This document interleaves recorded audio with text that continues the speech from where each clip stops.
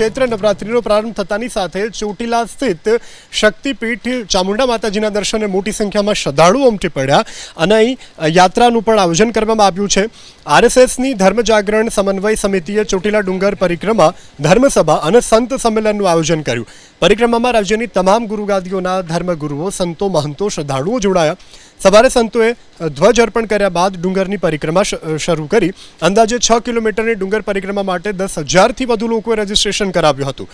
તો આ પરિક્રમામાં લોક સાહિત્યકાર સહિતના અનેક હસ્તીઓ પણ સહભાગી થયા હતા।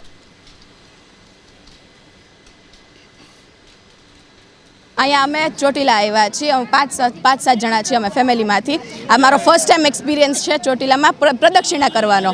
આપણે જેમ ગિરનારમાં પ્રદક્ષિણા થાય એવી ત્યાં ચોટીલામાં પ્રદક્ષિણા થાય છે। હું પહેલાં મારા દાદા દાદી સાથે આવતી અહીંયા, પણ અમે ખાલી ચોટીલા ડુંગર ચડવા આવતા, દર પૂનમ ભરતા અમે। પણ આજે ફર્સ્ટ એક્સપિરિયન્સ એટલા મોટા થયા પછી હું પહેલી વાર છે ને પ્રદક્ષિણા કરવા આવી છું। અને ગિરનારમાં જ લાંબી પ્રદક્ષિણા હોય, અહીંયા 5-7 કિલોમીટરની જોઈએ। તો અહીંયા આપણે જે સ્ટાર્ટ કર્યું છે અને હજી અમે સવારના અહીંયા આવ્યા છીએ। સવાર હજી થાક તો જરાય લાગ્યો જ નથી એવો।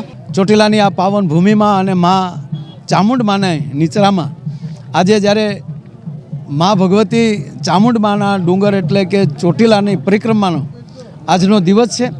અને આ દિવસે આપ જોઈ રહ્યા છો કે આ 5મું વર્ષ છે, પણ આજે લાખો માણસોનું અહીં દળાઈ રહ્યું છે। મા ભગવતી ચામુંડમાના મંદિરના મહંત શ્રી બાપુ ઉપસ્થિત છે, શંભુનાથ બાપુ ઉપસ્થિત છે, તમામ સંતોની હાજરી છે। અને રાષ્ટ્રીય સેવા સંઘ ધર્મ જાગરણ સમન્વયના આ માધ્યમથી 5 વર્ષથી આપણે આ પરિક્રમા ચાલુ કરવામાં આવી।